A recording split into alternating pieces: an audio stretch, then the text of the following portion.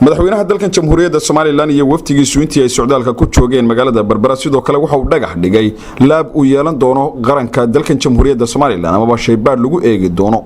cuntooyinka daawooyinka iyo agabka kala duwan sida uu sheegay gudoomiyaha hay'adda dhowrista tayada qaranka dalkan jamhuuriyadda Soomaaliland Muuse Xasan Yuusuf oo isagu madaxweynaha u sharaxay dhagax dhiga shaybaarkan uu yeelan doono qaranka Soomaaliland ee markii ugu horeysay laga hirgelinayo xarunta gobolka Saaxil ee Berbera laabkii shaybaarka qaranka ee dawada cuntada iyo agabka bini'aadamku isticmaalay oo dhameystiran sida madaxweynuhu sheegay dhagax dhigii kan ka horeeyay uu sheegay nolosha bini'aadamku waxaanaynu cunayno iyo waxaanaynu cabayno haddii aynaan iska hubin oo aynaan iska baadhin oo aynaan heer tayeed sareysa aynaan yeelanin muxuu ahaa khatar baynu ku jirnaa mudane madaxweyne afar qaybood weeyaan dhagax dhigu maanta waa qaybtii administrationka ahaa ee laga maamulayay qaybtii chiefka ahayd ee shaqaaluhu ay muxuu ahaa residentialka ahayd qaybtii labka ahayd weeyaan iyo qayb yaroo masaajid iyo meelo muxuu ahaa shaqaaluhu ay ku nastaan labkan waxaa dhammaan bixinaya muxuu ahaa dhaqaalihiisa dawladda waxaa muxuu ahaa oo noogu jiray miisaaniyadda noogu jiray noo qorshaysnaa alxamdulillahi rabbil caalamiin qalabkiisiina bisha soo socotay October marka aynu inagu dhismaha bilowno in muxuu ahaa uu bilaabmo muxuu ahaa qalabkii in la dalbo nahay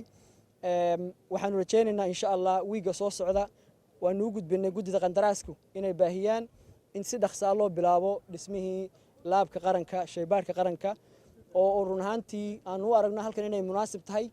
shaybaarka qaranku madaxweyne ma aha meel ay public ama populationku soo galayaan sida imaka shaybaarkani sameeyo markabku ugu taga sambalku ka soo qaada shay kasta oo dekada ka soo daga marka baarayaashu ay arkaan ee u baahan yihiin tayadooda hubiyaan shaqaalaha laabka ayaa baxaya sambalka u baahan yihiin haddii bariis tahay haddii saliid tahay haddii caano tahay ayay soo qaadayaan inta la baarayo hadday container ku jiraan iyo hadday guraangur yihiin waxa la sugayaa natiijada uu laabkaasi soo saaray madaxweynaha dalkan jamhuuriyadda Soomaaliland mudane Muuse Biixi Cabdi ayaa ka mahadnaqay dadaalka ay sameeyeen maamulka hay'adda dhowrista tayada isagoo sidoo kalena sheegay ahmiyadda uu qaranka u leeyahay shaybaarkan lagu eegi doono dhammaanba agabka kala duwan ee ka soo daga dalka dibadiisa si loo hubiyo tayada ay leeyihiin xilweyn baad fuulay ilaahay idinka waxa karjeenayaa in xilka ka soo baxdaan oo noqotaan dad lagu aaminay naftii ummadda dhinac walba ka ilaaliya oo dhagax dhigayna waa idin garab galaynaa waa idin la shaqaynaynaa ilaahay idinkiina waa ku guuleysan doonaa qolada haamahana waa mahadnaqa dhulka ay siiyeen idinku deeqo madaxweynuhu arrimahaasi ka hadlaya waxa uu yiri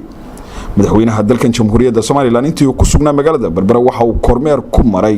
sidoo kalena uu dhagax dhigay mashaariic kala duwan oo ay xukuumaddu ka hirgelin doonto xarunta gobolka Saaxil ee Berbera Mukhtaar Cabdiraxmaan Maxamuud telefishinka qaranka Soomaaliland